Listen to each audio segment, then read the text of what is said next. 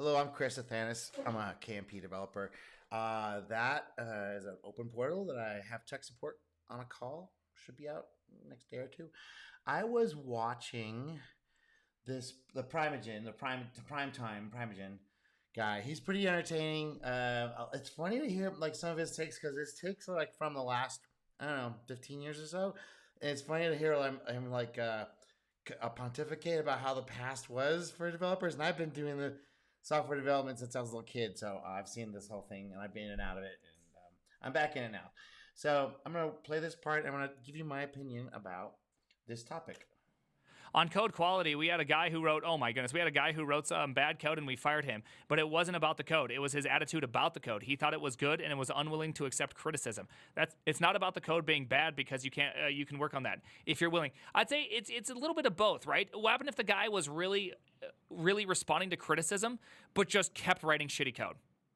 Like every single time. You'd be So fair use. like, okay, can we not do that? Write shitty code. Okay, can we not do that? Rewrite shitty code. Okay, so I think the thing that wasn't really the issue is not that he can't write better code. It's the attitude. It's the attitude around the code. Okay, so I think what the issue here for this guy that has the bad attitude is I've seen this a lot, especially in younger guys.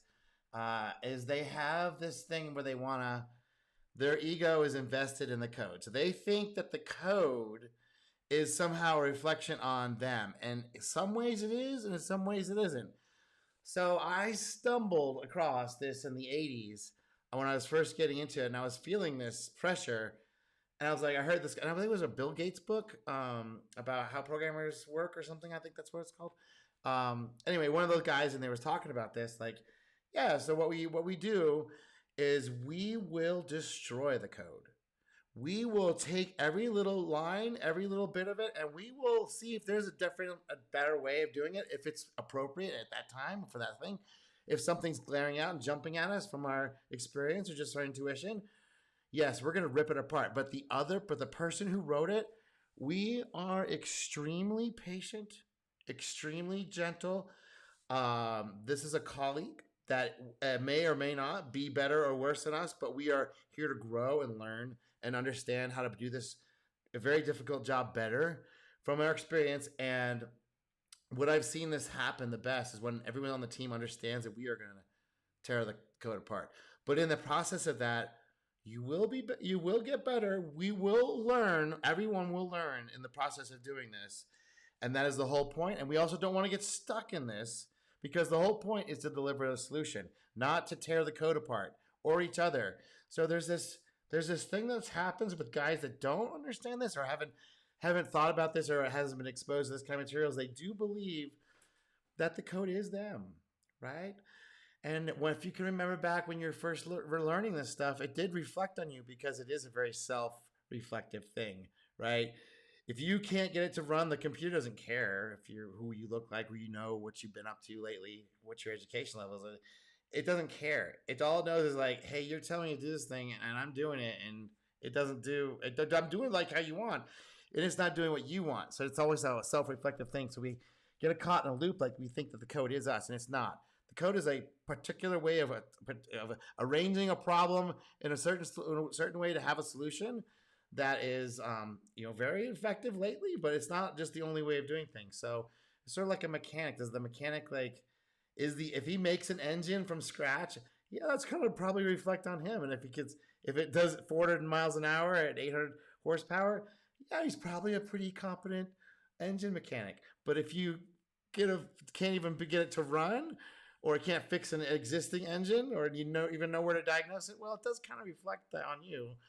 But if someone goes over and says, "Hey, that's where the throttle is, and that's where the gas is," and that you don't they're mixed together, but not in that way, and somebody comes over and tells you to go, "Hey, no, I like to mix it this way." Well, if it's not working what we wanted to do, it doesn't matter if the hose is hooked up backwards, or the electrical is hooked up to something wrong, or there's a short there.